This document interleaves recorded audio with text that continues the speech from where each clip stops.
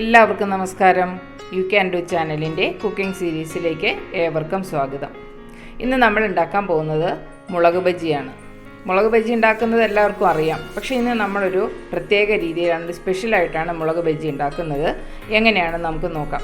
ഞാനിവിടെ മുളക് കീറി അതിൻ്റെ ഉള്ളിലുള്ള അരിയൊക്കെ കളഞ്ഞ് വൃത്തിയാക്കി വെച്ചിരിക്കുകയാണ്. ഇനി നമ്മൾ ഇതിന് വേണ്ട മാവിൻ്റെ കൂട്ട് തയ്യാറാക്കാം. അതിനായിട്ട് ഞാനിവിടെ എടുത്തു വെച്ചിരിക്കുന്നത് 1 കപ്പ് കടലമാവാണ്. ഇനി ഇതിലേക്ക് 1/2 കപ്പ് അരിപ്പൊടി, 1/2 ടീസ്പൂൺ മഞ്ഞൾപ്പൊടി, 1/2 ടീസ്പൂൺ മുളക് പൊടി,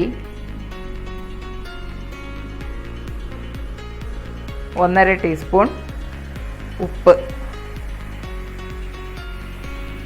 ഇത് ഒരു ചെറിയ കഷ്ണം കട്ടക്കായം 1/2 ടേബിൾ സ്പൂൺ ചൂടുവെള്ളത്തിൽ ഉരുക്കി വെച്ചതാണ്.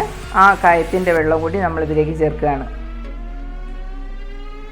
ഇനി ഇതിലേക്ക് ചേർക്കേണ്ട മറ്റൊരു സാധനം എന്ന് പറയുന്നത് ഒരു ഉരുളക്കിഴങ്ങാണ്. ഞാൻ ഒരു ഉരുളക്കിഴങ്ങ് പുഴുങ്ങി അതിൻ്റെ തോലൊക്കെ കളഞ്ഞ് വൃത്തിയാക്കി വെച്ചിരിക്കുകയാണ്. ഇത് ഗ്രേറ്റ് ചെയ്തിട്ട് ആ ഗ്രേറ്റ് ചെയ്ത ഉരുളക്കിഴങ്ങ് ഈ മാവിൻ്റെ കൂട്ടിലേക്ക് ചേർക്കുക.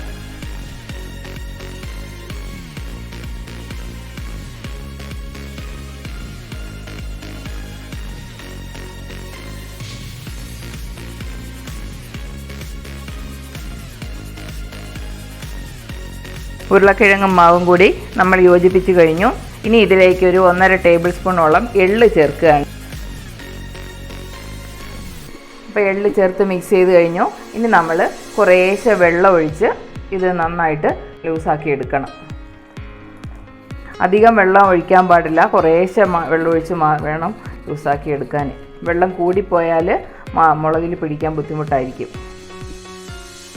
അങ്ങനെ നമ്മുടെ മാവ് നമ്മൾ കുഴച്ച് വെച്ച് കഴിഞ്ഞത് ഇതാണ് അതിൻ്റെ പാകം എന്ന് പറയുന്നത്. ഒരുപാട് ലൂസാകാൻ പാടില്ല, ഈ പാകത്തിൽ വരണം. ഈ കപ്പിന് 1/2 കപ്പ് വെള്ളമാണ് ഞാനിത് ലൂസാക്കാൻ വേണ്ടി ഉപയോഗിച്ചത്. അപ്പോൾ നമ്മുടെ മാവ് പാകമായി കഴിഞ്ഞു. ഇനി നമുക്കിത് മുളക് മുക്കി എണ്ണയിൽ വറുത്ത് കോരാം. എണ്ണ ചൂടായി കഴിഞ്ഞു. ഇനി നമുക്ക് മുളക് ഈ മാവിലേക്ക് മുക്കിയിട്ട് എണ്ണയിലിടാം.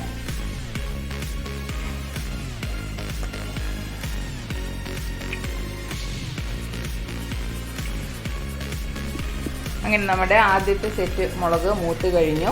ഇങ്ങനെ കളറ് മാറി വരുമ്പോൾ ഇത് നമ്മൾ കോരിയെടുക്കുക.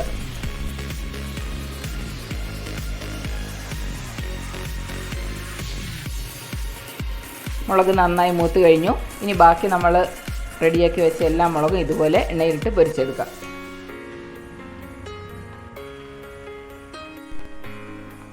അങ്ങനെ നമ്മുടെ അവസാനത്തെ മുളകും വറുത്തെടുത്ത് കഴിഞ്ഞു. ഇത് നമുക്ക് കോരിയെടുക്കാം. നമ്മുടെ മുളക് ബജി റെഡിയായി കഴിഞ്ഞു.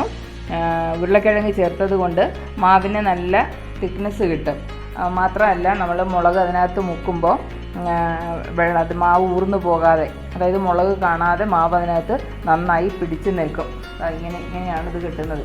അപ്പോൾ കടിക്കാനും ഉണ്ടാവും നമ്മളിത് കഴിക്കുമ്പോൾ. കണ്ടില്ലേ, ഒരെണ്ണം പോലും മോശമായി പോയിട്ടില്ല. എല്ലാം ഇതുപോലെ തന്നെ കട്ടിയിൽ പൊരിച്ചെടുക്കാൻ പറ്റിയിട്ടുണ്ട്. വളരെ എളുപ്പമാണ്. എല്ലാവരും ഒന്ന് ട്രൈ ചെയ്ത് നോക്കുക. അതിനുശേഷം അഭിപ്രായങ്ങൾ കമൻറ്റ് ബോക്സിൽ ഞങ്ങളെ എഴുതി അറിയിക്കുക. വീഡിയോ കണ്ട് ഇഷ്ടപ്പെട്ടാൽ ലൈക്ക് ചെയ്യുക, ഷെയർ ചെയ്യുക, ഞങ്ങളുടെ ചാനൽ സബ്സ്ക്രൈബ് ചെയ്യുക. നിങ്ങൾക്കും കഴിയും. You can do. Thank you.